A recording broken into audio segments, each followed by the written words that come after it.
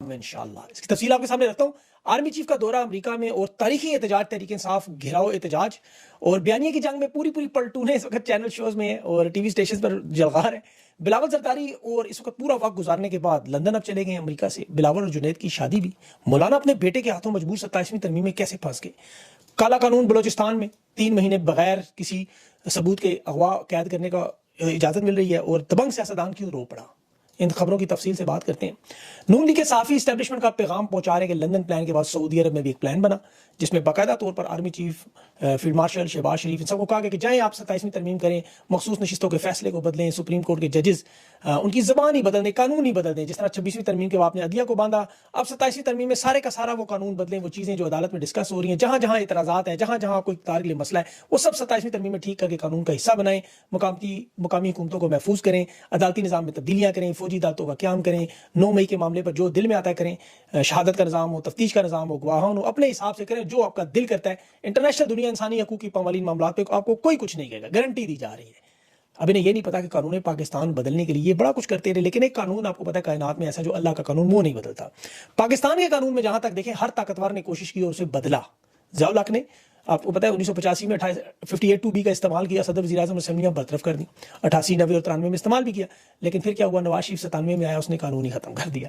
मुशर्रफ की हुकूमत आई, उसने फिर 17वीं तरमीम में 2003 में लाया, लेकिन दोबारा 2017 में फिर 18वीं तरमीम में खत्म हो गया। 4 मरतबा ये कानून बदला गया, 4 दफा मुख्तलिफ तरमीम हुई। 97 में तरमीम हुई कि पार्टी पॉलिसी के खिलाफ वोट देने वाला नाअहल होगा, पार्टी लीडर मुकम्मल कंट्रोल रखेगा। 2010 में तरमीम 8वीं तरमीम से खत्म हुई। 2015 में इन्होंने फिर 21वीं तरमीम की, फौजी अदालतों का क़याम दहशतगर्दी के लिए 2 साल का। 2017 में तरमीम हुई, ये कानून भी खत्म।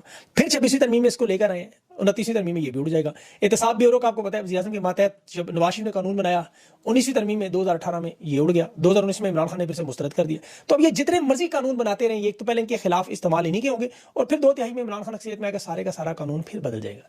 तो ये इतनी बड़ी वारदात नहीं है, जितनी देर रबड़ का नाक है, ताकत है, बदलें। अवाम की ताकत आएगी, जाहिर है ये जानते हैं इस वक्त तो ये ताकतें घोड़े पर सवार है, जिस तरफ मोड़ लें उसे मोड़ लें, जिस तरफ मर्जी है इनकी। लेकिन घोड़े ने जब उठाकर पटकना है तो फिर इस घोड़े के सुमो तले ही दफन होंगे। इनकी नजरें इस वक्त देखिए, लोग तो सोचते हैं ना डोनाल्ड ट्रंप और इलॉन मस्क का जो मामला है वो लड़ाई हम देखेंगे, एंजॉय करेंगे। पाकिस्तान की अवाम इंतजार करिए जब मौजूदा आर्मी चीफ और शहबाज शरीफ की लड़ाई होगी। अभी तो ये लोग मुत्तफिक है कि शहबाज शरीफ एक हकीकी मानो में एक लेला है जो किसी भी मालिक पर भौंक नहीं, माफ कीजिएगा लेला तो भौंकता नहीं है, टक्कर मार सकता है। लेकिन जुल्फकार अली भुट्टो ज़ियाउल हक के बारे में भी यही समझता था। नवाज शरीफ, इसके वालिद मियाँ शरीफ साहब, परवेज मुशर्रफ के बारे में भी यही कहते थे। अयूब खान जुल्फकार अली भुट्टो के बारे में भी यही समझता था कि मुझे डैडी कहता है 8 साल मेरे साथ वज़ीर ख़ारिजा है, मेरे खिलाफ कैसे जाएगा। अयूब खान के खिलाफ तहरीक चलाने वाला भुट्टो था। तो हालात जब बदलते हैं तो फिर ऐसे ऐसे बदलते हैं, वहां से आती है जहां सोच नहीं होती, और फिर ये लेले जो थे खुनख्वार अल्सेशन बन जाते हैं, आपको तो भेड़िए बन जाते हैं। शरीफ खानदान भी अपनी नई नस्ल के लिए लॉन्च करने के लिए जुनैद सफदर को तैयार कर रहा है, उसकी लॉन्चिंग के लिए बिलावल के मुकाबले में। और जुनैद सफदर और बिलावल दोनों की शादी भी हो रही है, आपस में नहीं हो रही, मेरा मतलब आप समझिए आपस में शादी हो रही है, अलग अलग शादी हो रही है। डेविड माफ कीजिएगा दाऊद खानदान में शायद बिलावल की होगी, और जुनैद सफदर की भी कोई लड़की इस तरह देख के वो सियासी खानदान को मजबूत करने की कोशिश करेंगे। अब यही मामला इनके खिलाफी की तरह, क्योंकि असूल ताकत का ये है कि जब भी मामला खराब हो बंटवारे के माल पे, आपको पता है बिलावल को भी वज़ीर आज़म बनना है इसी सिस्टम में, जबकि शरीफ खानदान अपना दाव भी लगाना चाहता है। तो अब इनके, और ये जानते हैं इनके पास वक्त सिर्फ यही है, जो कुछ कर सकते हैं इसी में, आइंदा बारी वाला मामला कोई नहीं है। और जिस तरह हर ताकतवर को एक खौफ होता है, जिस तरह एस्टेब्लिशमेंट पे खौफ है, इन सियासी रहनुमाओं पे भी खौफ। इन्हें पता है इस बात का, ये मानते हैं, तस्लीम करते हैं कि खान तारीख उस लेवल पर पहुंच चुका है कि आइंदा आने वाले 50 सालों में शायद कोई ऐसा रहनुमा दोबारा नहीं पहुंच सकता इस मकबूलियत के लेवल पर, कि जिसे नमाज सिर्फ इसलिए नहीं पढ़ने दी जाती कि कैदी नारे मारकर जेल ना तोड़ दें। इमरान खान को सेल से निकालना इनके लिए डरावना ख्वाब। अंदाजा करें कि खान की मुलाकातों पे बार बार जो पाबंदी लगाते हैं वो एक ही वजह के पैगाम ना जाए, तस्वीर और आवाज़ ना नजर आए। आपको पता है जुल्फकार अली भुट्टो की तकरीर और आवाज़ बंद नहीं थी, वो किताबें तक वहाँ से लिख के बाहर भेजते थे। नवाज शरीफ की कभी मुलाकातें बंद नहीं हुई, बाकायदा पार्टियों से मुलाकातें, तो पूरी पूरी सहाफ़ियों की पलटन जाकर इंटरव्यू करती थी। लेकिन खान की आवाज़ और तस्वीर से क्यों खौफजदा है? क्योंकि इन्हें यह पता है कि इमरान खान मकबूलियत के इस लेवल पर है, और जिस तरह इमरान खान इनसे टूट नहीं रहा।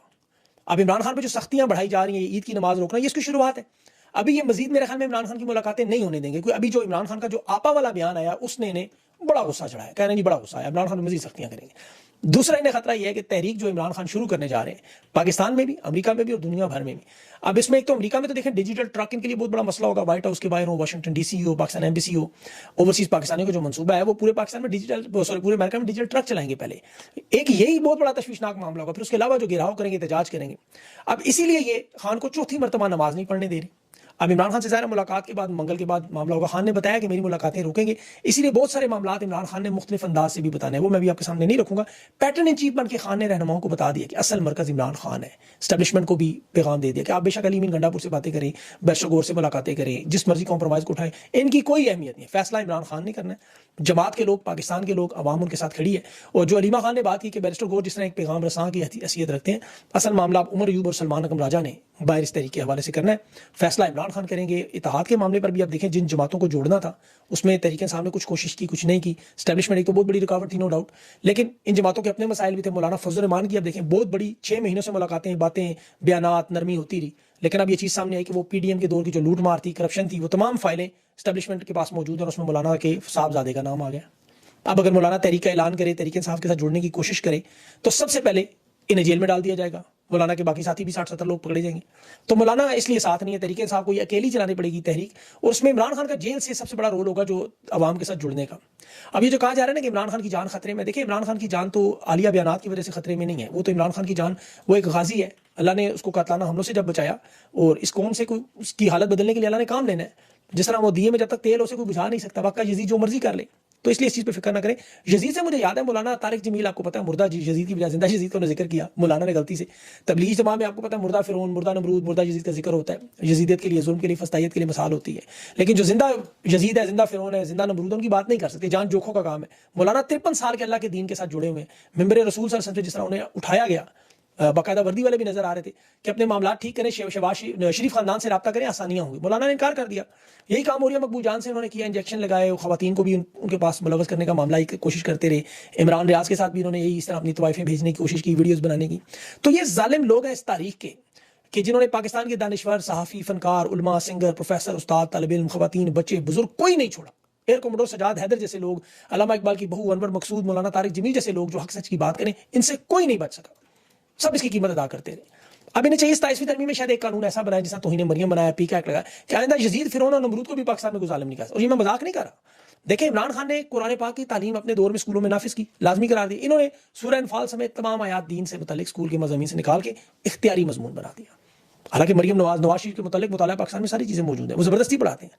शेख रशीद साहब जैसा सियासतदान जो सियासत में बड़ी रौनक लगाते थे, उनके बगैर सियासत में बड़ी कमी नजर आती है आज भी। वो चिल्ले के बाद कह रहे हैं, देखें कि मुझे चिल्ले ने कमज़ोर किया, 2 नींद की गोलियां खानी पड़ती हैं। खान पे वैसे शेख रशीद ने कोई ऐसी बात नहीं की, जुल्म बर्दाश्त किया। इमरान खान से एक झूठ बोलने वाले मामले पर नाराज है वो 26 मई वाले। मेरे ख्याल में इंशाल्लाह मामला उसमें ठीक हो जाएगा वाकई साथ साथ। इस वक्त जो पाकिस्तान की कौम को कुछ चीज़ें देखें समझ नहीं है। ईद के मौके पर आपने इंस्टाग्राम, व्हाट्सएप पे, फेसबुक पे मुख्तलिफ तस्वीर पोस्ट देखी, मेकअप में, जेवरात में, महंगी गाड़ियों में, नितने गोश्त की तरकीब के साथ, कबाब, नहारियाँ, बिरयानियाँ, महंगी डिशें। हम लोग 12 करोड़ 40 लाख की आबादी को नहीं देखते। उनके पास चूंकि मोबाइल फ़ोन नहीं है, उनके पास इतने पैसे नहीं है वो पैकेज करवाएं और अपनी महरूमियों की तस्वीर शेयर करें। आपको कभी कभी कोई ऐसी तस्वीर नजर आ जाती है, कूड़ा क्रिकेट से खाना खाते, कोई बुजुर्ग बैठा हुआ है, कोई मजदूर बैठा हुआ है, उनकी कोई तस्वीर नजर आ जाती है। लेकिन आप यकीन करें इस वक्त हालात इतने कशीदा हो चुके हैं, मेरी पाकिस्तान की कौम से दरख्वास्त को समझने की कोशिश करें। जैसे आपने हज में देखा ना, लोग सड़कों पे सो रहे हैं, ना खाना है, ना बिजली, ना पानी, परेशानी में हज कर रहे हैं, इबादत करके वापस आ रहे हैं। हाजी वहाँ बेचारे बड़े ख्वार हुए, 67,000 के तो 35 अरब खा गए। लेकिन इस पूरी एक्सरसाइज में एक और वीडियो भी आपने देखी है जो मैंने ट्विटर पर भी लगाई कि अराफात के मकाम पर वहाँ बाकायदा ऐशो इशरत के साथ बारबेक्यू हो रहे हैं, मशरूब चल रहे हैं, खाने चल रहे हैं, जहाँ ये शहबाज शरीफ साहब, आर्मी चीफ, सारे अमीरों का हज ऐसे ही होता है, गरीबों का हज आपने देखा। अब हुकूमत इस वक्त जो वारदात करी वो आपके लिए समझने, वो ये तो नंबरों के हेर फेर करते हैं। जिस तरह डिजिटल दौर की तस्वीरें, वीडियोस आपको नजर आती हैं कि जी नाम निहात तरक्की है जो एक बारिश से कभी खुल जाती है, या जैसे वो नई नवेली दुल्हन का आपको पता है मेकअप उतरता है, अगले दिन तो असली शक्ल निकलती है, लोग फ्रॉड का केस लेके अदालत पहुंच जाते हैं। ये हर दौर में डिक्टेटर ने किया। अब तो इंटरनेशनल जरीदे लेकिन जो तहकीक करके लिख रहे हैं वो है पाकिस्तानियों की तवज्जो खुराक के संगीन बहरान की तरफ। मैं इसका बार बार जिक्र करूंगा, किसानों को देखें 2024 मई से अब तक 2200 अरब का नुकसान हो चुका है, जो पाकिस्तान की टोटल जीडीपी के 23% बराबर है। अब अंदाजा करें जरा, ये जो गंदम की कीमत 3900 रुपये फी मन से इन्होंने गिरा के 2200 रुपया की, गंदम की पैदावार में उसमें 9% कमी हुई है, 31 मिलियन से 28 मिलियन। कपास में, मकई में, गंदम में ये तबाही बर्बादी है। और मैं अभी तफसील उसकी बताता हूँ। ये 14% जो टोटल कमी है फसलों की आबादी के हिसाब से, जहां लोग आपको पता है खाते ही सिर्फ रोटी है। इसकी जो तरक्की की रफ्तार इमरान खान के दौर में आप देखें और आज देखें 0.65 रह गई, वो 6.5 खान के दौर में। आज ये 7 अरब डॉलर की शॉर्टेज हो चुकी है किसानों पर टैक्सेस की वजह से। भारत में किसानों को 8-10 घंटे रोजाना बिजली मुफ्त मिलती है, पाकिस्तान में किसान को ना फसल के लिए बीज, ना पानी का खर्चा, और ऊपर से टैक्स के उनसे पैसे भी उनको जो नहीं दिए जा रहे। अभी देखें ज्यादा बारिशें कम बारिशें नहीं हुई, अभी भारत ने जो पाकिस्तान का पानी रोका उसके असरात भी नहीं पहुंचे। अभी IMF के बजट के जो टैक्सेस जुर्म है वो भी नहीं पहुंचे आप तक, ज़रूरी मसनूआत तक। तो ये बहुत बड़ा और खतरनाक मामला है। गंदम दरामद में एक दो लोगों को पकड़ के इंक्वायरी रिपोर्ट बना के दबा देते हैं मामला, लेकिन ये जो संगीन बहरान है, मुझे खतरा है गजा का पाकिस्तान में खुदा न ख्वास्ता बहुत बड़ा शॉर्टेज कैद का मामला बन सकता है। इस पे आप खुदारा उठे। ये नून लीग के साफी ये लोग आपको कभी नहीं बताएंगे। इनका तो फोकस सिर्फ एक ही चीज है, इमरान खान इमरान खान इमरान खान। ये तो सारा दिन कोशिश में लगे रहते हैं इमरान खान के एस्टेब्लिशमेंट के साथ किसी तरह ताल्लुक साबित कर दें। हर प्रोग्राम में इनकी ये कोशिश। नवाज शरीफ को देखें, जनरल जिलानी ने गोद में लिया, सियासत में लिया, पाला पोसा, बड़ा किया और मौजूदा आर्मी चीफ तक पहुंचाया। कारोबार भी ऐसे बड़ा। जुल्फिकार अली भुट्टो अयूब खान का बेटा बना, डैडी डैडी कहते, 8 साल वजीर खारजा, फिर यहया खान, फिर ज़ियाउल हक, फिर आगे मोहतरमा बेनज़ीर भुट्टो का भी आप सब जानते हैं। और नून लीग पीपल्स पार्टी के रहनुमा ये तमाम बातें तस्लीम करते हैं, एतराफ करते हैं कि हाँ ये भी ठीक है और हम चोर भी हैं, इस पर हम आपसे नहीं लड़ेंगे। वो कहते हैं हम चोर हैं, खान भी चोर है। इनका मसला ये। वो कहते हैं हम एस्टेब्लिशमेंट लाई, खान को भी लाई।